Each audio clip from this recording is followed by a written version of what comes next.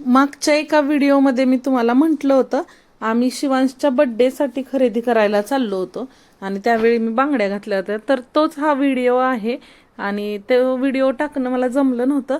तर मग मी आत्ता त्याचं व्हिडिओचं एडिटिंग वगैरे केलं आणि म्हटलं चला टाकून द्यावं व्हिडिओ. तर ना इथं बघा आम्ही सगळे चाललो होतो. शिवांशला बड्डेसाठी कपडे घ्यायचे होते. तर चिवचे मोठे बाबा म्हणजे सर्वस्वीचेच पंजोबा इथं बसले होते. सर्वस्वीला ये म्हणत होते. तर सर्वस्वीला जायचं होतं बाहेर म्हणून ती गाडीवर अशी जाऊन उभी राहिली होती आणि मी गाडी चालवते. मम्मा तू पाठीमागं बस अशी म्हणत होती. आज माझं पिल्लू काहीसं वेगळं दिसत होतं कारण तिनं आज स्वतःहून डोळ्यात काजळ घालावं असं सांगितलं होतं. मग तिला काजळ घातलं होतं तिच्या आजीनं. तर इकडं आम्ही ना कपडे घ्यायला आलो होतो मंदिराच्या बरोबर समोर. पण एवढं म्हटलं उद्या एकादशी आहे तर चला आपण दर्शन पण घेऊन होईल. जर नाही भेटलं तर बाहेरून घेऊया. पण गर्दी कमी वाटली आणि उद्या एकादशी आहे म्हणून बघा इथं फुलांची तयारी चालली आहे. डेकोरेशन वगैरे करायचं असेल तर त्याची तयारी आदल्या दिवशीच असते. तर इथं बघा फुलं वगैरे दिसत आहेत खाली पण आणि इकडं पण हार वगैरे बनवायचे चाललेत.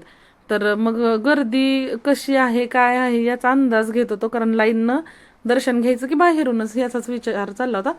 तर इथं बघा मग म्हटलं लाईनलाच उभं राहून दर्शन घ्यायचं म्हणून आम्ही चाललो होतो. अचानक मागून खूप गर्दी आली होती. म्हणजे खूप लोक एकदम पालखी बरोबर वारकरी वगैरे येतात, एकदम गर्दी वाढू शकते. म्हणून आम्ही बघा पळत पळत आलो. त्यामुळे तिथलं काही शूटिंग घेतलं नाही. डायरेक्ट आम्ही मग लाईनला थांबलो. इथं ना सूर्यदेवाचं असं दर्शन झालं होतं. थोडासा पाऊस पण पडून गेला होता आदल्या दिवशी. तर मग इथं दर्शन झालं सूर्यदेवांचं आणि बघा आम्ही इथं लाईनला उभं राहिलो होतं. हे व्हिडिओ मी एकदा तुम्हाला रात्रीचा व्हिडिओ टाकला होता आणि त्यात दाखवलं होतं. तेव्हा एवढं स्पष्ट दिसलं नव्हतं. अशी लाईन असते वरून आणि मग तिथंच बघा आम्ही थांबलो होतो. तर हे कळस दिसत होते मंदिराचे आणि तिकडच्या साईडला जो दिसतोय ना तो सिद्धेश्वराचं मंदिर आहे.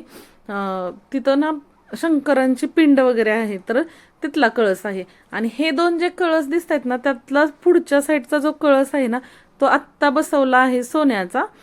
तर तो कळस आहे तो. इकडे बघा वारकरी लोक आलेली आहेत किंवा दुसरे भाविक लोक आलेत आणि आज जरा थोडीशी गर्दी विरळ होती म्हणून मग दर्शन आम्ही घ्यावं म्हटलं आणि सगळे लोक असे खाली बसले होते. हा तो सोन्याचा कळस आहे जो आत्ता मागच्या 5-6 महिन्यात बसवलाय. पूर्ण सोन्याचा कळस आहे आणि कोणीतर दान केलेला होता तो. आणि इकडं बघा आम्ही दर्शन घ्यायला आलो. दर्शन वगैरे झालं आणि बाहेर पडलो. त्यानंतर बघा मुलांना खायला म्हणून इथं प्रसाद घेतला होता बुंदीचे लाडू. तर सर्वस्वीचं खात खात सगळ्या रस्त्यानं चालू होतं आणि इकडं वारी आली होती दिंडी.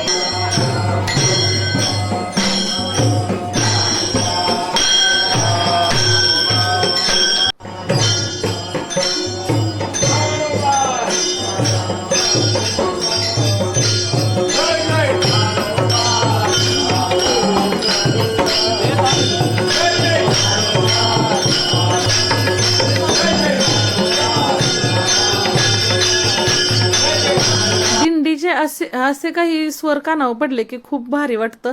आळंदीत राहतो याचं भारी वाटतं मग.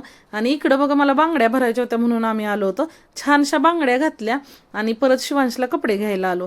तर खूप ड्रेस बघत होतो आणि त्यानंतर बघा त्यांनी जे या बॉक्समध्ये दाखवलं त्यातला पहिलाच ड्रेस आम्हाला पसंत पडला जो की आम्ही बड्डेला घातला होता बघा. त्या हा ड्रेस जो त्याच्या मम्मानं बघितलाय ना आता तो ड्रेस आम्ही परत घेतला होता. मुलांच्या ड्रेसमध्ये काही जास्त चॉईस नसतात. ह्या अशा बांगड्या मी घातल्या होत्या बघा. मी तिथं फोटो काढला आणि सर्वस्वीला हा ड्रेस तिच्या आजीने घेतला होता. तर इकडं बघा बड्डेला आम्ही शिवांशला तोच ड्रेस घातला आणि नंतर काही असं सेलिब्रेशन केलं होतं बड्डेचं. याचा व्हिडिओ मी टाकला होता छोटासा. पण हा लॉंग व्हिडिओ टाकायचाच होता, तुमच्यासोबत शेअर करायचा होता म्हणून मग परत हे फोटो टाकलेत. आणि इकडे बघा आम्ही औक्षण वगैरे करायला घेतलं होतं.